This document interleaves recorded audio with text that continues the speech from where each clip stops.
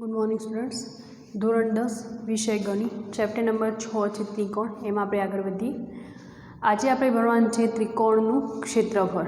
तो त्रिकोणनुं क्षेत्रफळनी जो व्याख्या आपवी होय तो शुं थशे कि बे समरूप त्रिकोणोना क्षेत्रफळ ए तेनी अनुरूप बाजुना गुणोत्तरना वर्ग बराबर थाय छे। एटले कि त्रिकोणनुं क्षेत्रफळ छे एनो जे बे समरूप त्रिकोण आपेला छे एमना क्षेत्रफळनो गुणोत्तर ए तेनी अनुरूप बाजुओना गुणोत्तरना वर्गना बराबर थाय छे। तो आपणे जोईए त्रिकोणनुं क्षेत्रफळ अने ए रिलेटेड केटलाक एक्जाम्पल।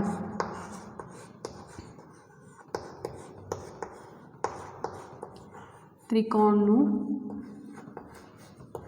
क्षेत्रफळ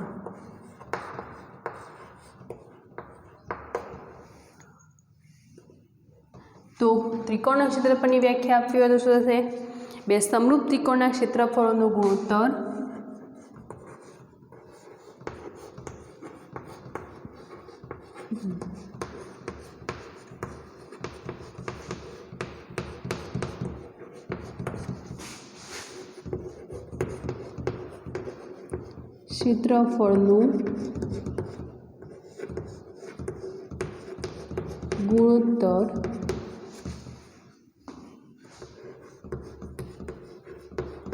तेमनी अनुरूप बाजुओना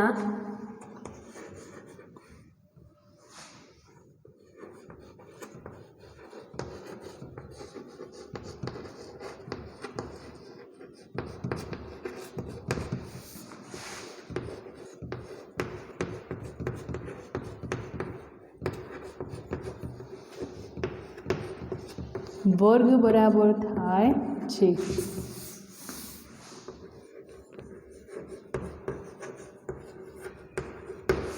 तो अहींया तमने शुं कह्युं छे बे समरूप त्रिकोणों। तो धारो कि एक आ त्रिकोण लई लईए आपणे ABC ए बी अने सी। बीजो समरूप त्रिकोण छे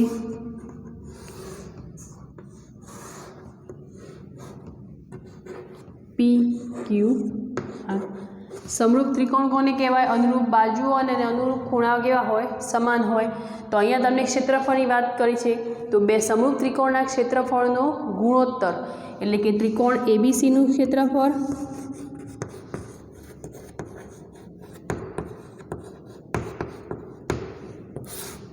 भाग्या कई बीजो त्रिकोण जे समरूप PQR। तो त्रिकोण PQR नुं क्षेत्रफळ बराबर शुं लखी शकीए आपणे? तेमनी अनुरूप बाजुना गुणोत्तरना वर्ग बराबर थाय छे। अनुरूप बाजू कई थशे? जो अहींया AB लईए तो आनी PQ आवशे। अहींया जो AC लईशुं तो आनी कई आवशे? PR। ए ज रीते जो BC लईशुं तो कई आवशे? QR। एटले कि AB अपॉन कई थई जशे? PQ। अनुरूप बाजुओनो गुणोत्तर अने एनो पण वर्ग कयो छे एटले कि AB स्क्वेर BC स्क्वेर अथवा तो होल वर्ग पण करी शको AB अपॉन PQ नो होल वर्ग। ए ज रीते अनुरूप बाजू जो AC लईए तो आनी कई आवशे? PR। एटले कि AC square upon PR square. ए ज रीते BC लईए तो QR आवशे सामे बाजू एटले BC नो वर्ग अपॉन QR नो वर्ग। हवे जो तमने कोई त्रिकोण आपेलुं होय बे त्रिकोणनुं क्षेत्रफळ आपेलुं होय अथवा तो क्षेत्रफळनो गुणोत्तर शोधवानो कयो होय ने कोई पण बे बाजुओ आपेली होय तो आपणे धारो कि AB नुं माप अने PQ नुं माप आपी अने तमने गुणोत्तर शोधवानो कयो छे तो आ वस्तु ध्यानमां नहीं लई एटले कोई पण एक बाजुने ध्यानमां लई अने आपणे शुं शोधवानुं छे एनुं क्षेत्रफळ। धारो कि AB अने PQ नुं माप तमने आपी दीधेलुं छे अने एवुं कह्युं छे कि ABC नुं क्षेत्रफळ अने बे समरूप त्रिकोणना क्षेत्रफळनो गुणोत्तर शोधो। तो तमे मात्र AB अने PQ जे माप धारो कि AC माप आपेलुं होय तो AC अने PR ने ध्यानमां लेवाना, आ बंनेने ध्यानमां लेवानी जरूर नहीं। क्लियर? तो आ थई गयुं त्रिकोणनुं क्षेत्रफळ। ए साथे एक्जाम्पल आपणे जोईए पण ए पहेला आपणे पायथागोरसनो एक प्रमेय छे ए पण समजी लईए। तमने ख्याल ज छे पायथागोरस नामथी जाणीता ज छो तमे।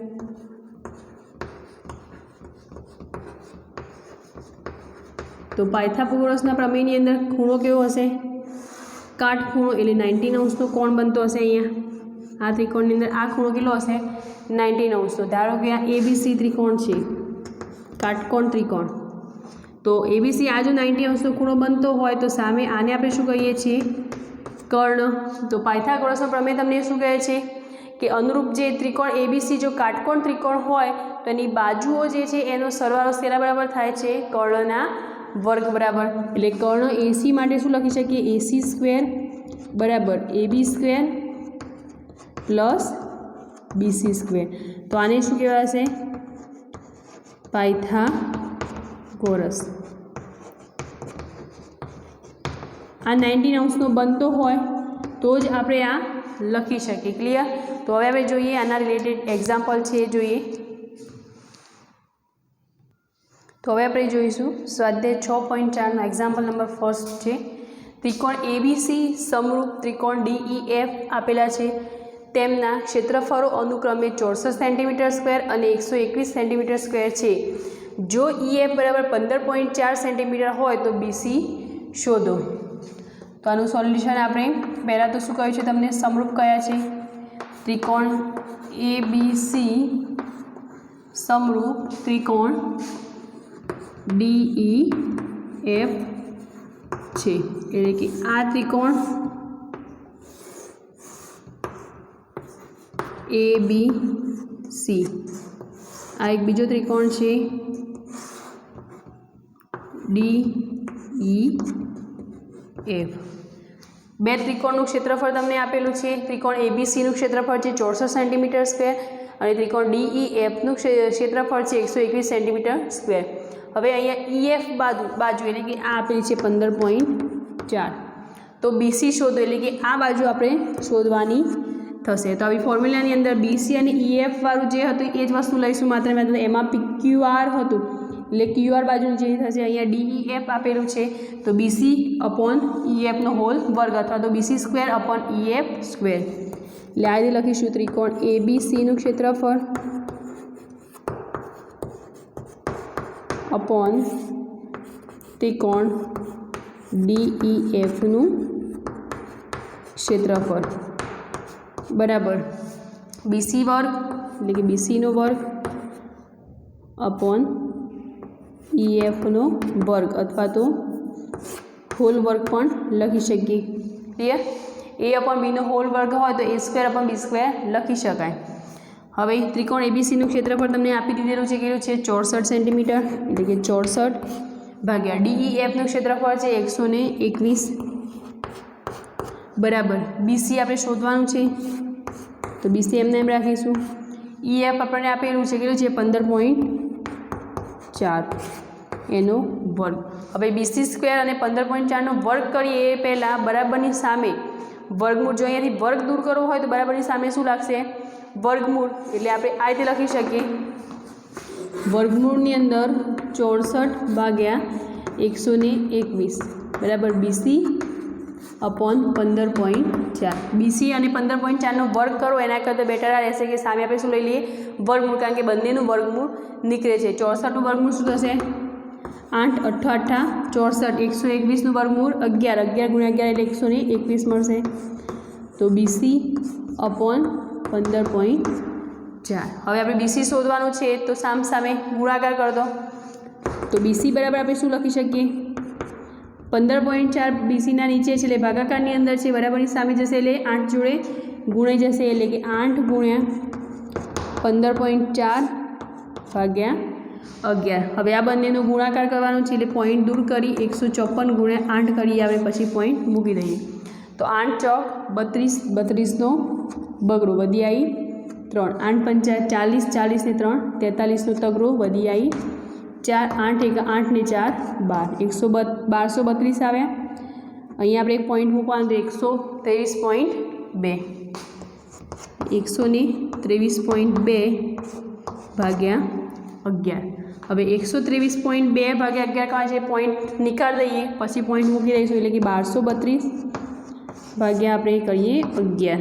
તો 11 1 11 દુ 22 વધી જશે એટલે 11 1 11 2માંથી 1 જશે એટલે 1 1માંથી 1 જશે એટલે 0 વળી પાછા 3 ઉતારીશું 13 છે એટલે 11 1 11 3માંથી 1 જશે એટલે 2 1માંથી 1 જશે એટલે 0 2 ઉતરશે નીચે એટલે 11 દુ 22 અહીંયા આવશે 0 0 આવશે એટલે 112 મળશે પણ આપણે એક પોઈન્ટ મૂકવાનું હતું એટલે કેટલા થઈ જશે 11.2 BC બરાબર 11.2 સેન્ટીમીટર આપણે શોધવાનું શું હતું BC તો ક્લિયર ક્ષેત્રફળ બંને આપેલા હતા એના પરથી એક બાજુ શોધવાની હતી તો એ આપણને મળી ગઈ ક્લિયર થઈ ગયું એક્ઝામ્પલ આખો ઇઝી છે સમ નેક્સ્ટ આપણે એક્ઝામ્પલ જોઈએ એક્ઝામ્પલ નંબર 8 જેમાં D એ BCનું મધ્યબિંદુ છે એવા બે સમબાજુ ત્રિકોણો ABC અને BDE છે ત્રિકોણ ABC અને BDEના ક્ષેત્રફળનો ગુણોત્તર ખાલી જગ્યા થાય અહીંયા ક્ષેત્રફળનો ગુણોત્તર શોધવાનું છે એ સાથે કોઈ બાજુનું માપ તમને આપેલું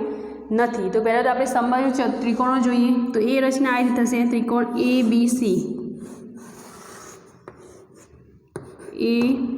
ABC તમને અહીંયા શું કહ્યું છે જેમાં D એ BCનું મધ્યબિંદુ છે એટલે BCનું મધ્યબિંદુ આ થશે D બે સમબાજુ ત્રિકોણ રચે છે કે ABC અને BDE એટલે કે BD અને એક E રચાય છે તો તમે અહીંયા રચી શકો તો આ થઈ ગયો E તો બે ત્રિકોણો આ રીતે રચાશે ત્રિકોણ ABC અને ત્રિકોણ BED અથવા તો BDE ત્રિકોણની અંદર બધા જ આ પણ 60નો થશે આ પણ કેટલો 60નો આ પણ 60 આ કેટલો થશે 60 આ પણ 60 અને આ પણ 60 સમબાજુ ત્રિકોણ તમને કરે છે બધા જ કોર્નર ક્યાં બનવાના 60 અંશના હવે ત્રિકોણ ABC અને ત્રિકોણ BDEના ક્ષેત્રફળો શોધવાના કયા છે તો પહેલાં તો આના પરથી આપણે શું લખી શકીએ કે ત્રિકોણ ABCમાં D એ BCનું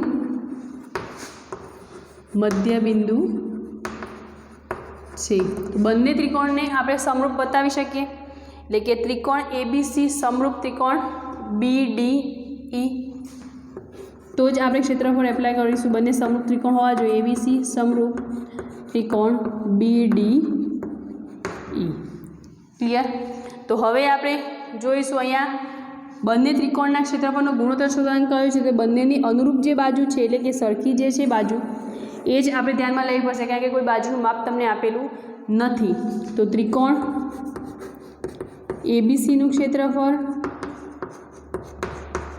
અપોન ત્રિકોણ BDEનું ક્ષેત્રફળ બરાબર શું લખી શકીએ આપણે BC ત્રિકોણ ABCની અનુરૂપ બાજુ BC થશે તો ત્રિકોણ BDEની અનુરૂપ બાજુ એ જ કઈ થઈ જવાની BD કારણ કે આના ત્રિકોણ જો ઊંધો કરીએ આમ આ ત્રિકોણ આ રીતે આપેલો છે એ છે BDE એને આમ ઊંધો કરો તો આ જ રીતે લખાશે એટલે અહીંયા EBD એટલે બાજુ કઈ થઈ જવાની ત્રિકોણની BD અને ઉપરનો જે ABC ત્રિકોણ છે એની કઈ થઈ જવાની BC બાજુ તો ABC માટે BC અપોન નીચે BDE માટે અનુરૂપ બાજુ કઈ થઈ ગઈ BDનો હોલ વર્ગ હવે D એ અહીં D એ ત્રિકોણ ABCનું મધ્યબિંદુ છે માટે આપણે શું લખી શકીએ અહીંયા D એ ABCનું BCનું મધ્યબિંદુ છે માટે BD બરાબર અથવા તો BC બરાબર 2 ટાઈમ BD લખી શકીએ કારણ કે BD અને CD બંને BCના બે ભાગ પડે છે મધ્યબિંદુ વચ્ચે આવેલું હશે તો BC બરાબર આપણે શું લખી શકીએ 2BD 2 ટાઈમ BD લઈ લે એટલે આખો આપણને કેટલો મળશે BC તો આના ઉપરથી BCની વેલ્યુ આપણે આમાં મૂકીએ તો ત્રિકોણ ABCનું ક્ષેત્રફળ અપોન ત્રિકોણ BDEનું ક્ષેત્રફળ બરાબર 2BD અપોન BD અને એનો હોલ વર્ગ એટલે BD ઉડી જશે હવે વર્ગ કર દો 2નો વર્ગ 4 1નો વર્ગ 1 તો બંને ત્રિકોણોના ક્ષેત્રફળનો ગુણોત્તર એટલે કે ત્રિકોણ ABCનું ક્ષેત્રફળ અપોન ત્રિકોણ BDEનું ક્ષેત્રફળ બરાબર કેટલા મળે આપણે 4/1 એટલે ગુણોત્તર કેટલો મળે આપણે 4/1 તો આપણો ઓપ્શન કયો સી નંબરનો ઓપ્શન સાચું થશે 4/1 ક્લિયર થયો એક્ઝામ્પલ જોઈએ હવે પાયથાગોરસના પ્રમેય રિલેટેડ એક એક્ઝામ્પલ છે નેક્સ્ટ એક્ઝામ્પલ તો નેક્સ્ટ ઉદાહરણ નંબર 11 તમને શું કહે છે કે એક નિસરણી દિવાલને અડેલીને એવી રીતે ગોઠવી છે કે જેથી તેનો નીચેનો છેડો દિવાલથી 2.5 મીટર દૂર રહે અને તેનો ઉપરનો છેડો જમીનથી 6 મીટર ઊંચે એક બારીએ અટકે. નિસરણીની લંબાઈ શોધો. એટલે કે જમીન જે છે એનાથી અહીંયા 2.5 મીટર દૂર રહે અને એ કેટલો છે, તમને કેટલો આપ્યો છે, 6 મીટર ઊંચે. તો આ 6 મીટર, તો આ એક ઊંધો ત્રિકોણ રચી દીધો. ધારો કે એ છે એ, બી અને સી. ક્લિયર?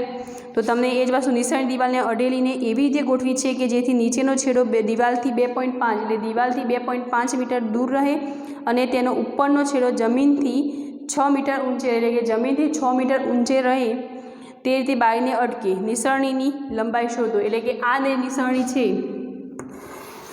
એની લંબાઈ આપણે શોધવાની છે. એટલે કે આ વસ્તુ આપણે શોધવાની થશે. તો અહીંયા જુઓ કેવું બનાવશે, કાટકોણ ત્રિકોણ. તો આપણે અહીંયા લખીશું, ધારો કે એસી એ નિસરણી છે. નિસરણી લંબાઈ શોધવી છે આપણે. તો આ નિસરણી જે છે આપણા માટે શું થઈ ગયું, કર્ણ. એટલે કે એ બી અને બીસી બંને શું થઈ ગયું, બાજુઓ. તો અહીં કાટકોણ ત્રિકોણ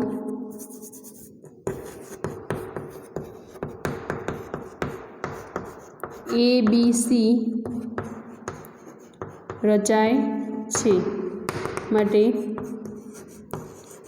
પાયથાગોરસના પ્રમેય પરથી આપણે શું લખી શકીએ, બે બાજુનો વર્ગ બરાબર કર્ણ. એટલે કે નિસરણી જે છે એસી આપણા માટે કર્ણ છે. તો AB square plus BC square બરાબર AC સ્ક્વેર. તો AB BCનું માપ તમને આપેલું છે. ABનું માપ કેટલું છે, 6નો વર્ગ વત્તા BCનો વર્ગ 2.5નો વર્ગ બરાબર ACનો વર્ગ. તો અહીંયા છાયો 36 પ્લસ 2.5 છે એટલે કે 25 લઈ લો તમે, પછી પોઈન્ટ દૂર કરો એટલે 25 × 25 કેટલા થઈ જશે, 625. 625ની અંદરથી એક પોઈન્ટ દૂર કરો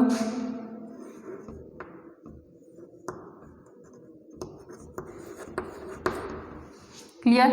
વર્ગ કરવાનો છે બંનેનો એટલે પોઈન્ટ દૂર કરશો એટલે કેટલા મળશે તમને, 6.25 બરાબર એસીનો વર્ગ થઈ જશે અહીંયા. ક્લિયર. હવે 36 પ્લસ 6 42 થઈ જશે. તો 42.25 બરાબર એસીનો વર્ગ. હવે વર્ગ દૂર કરીશું એટલે સામે શું લાગશે, વર્ગમૂળ ચડશે. અહીંયા વર્ગ દૂર કરશો એટલે સામે વર્ગમૂળ ચડવાનું. એટલે કે એસી બરાબર વર્ગમૂળની અંદર 42.25. તો 42.25નું વર્ગમૂળ શું થશે, તો 42.25નું વર્ગમૂળ થશે 6.5. તમે એકવાર કરી લેવું વર્ગમૂળ. એટલે કે એસીનું મૂલ્ય એટલે નિસરણીનું મૂલ્ય આપણને કેટલું મળે છે, 6.5 મીટર. એકમો ખાસ લખવા પાછળ મીટર. આપણને શું કહ્યું, નિસરણીની લંબાઈ. તો નિસરણીની લંબાઈ 6.5 મીટર છે. ક્લિયર.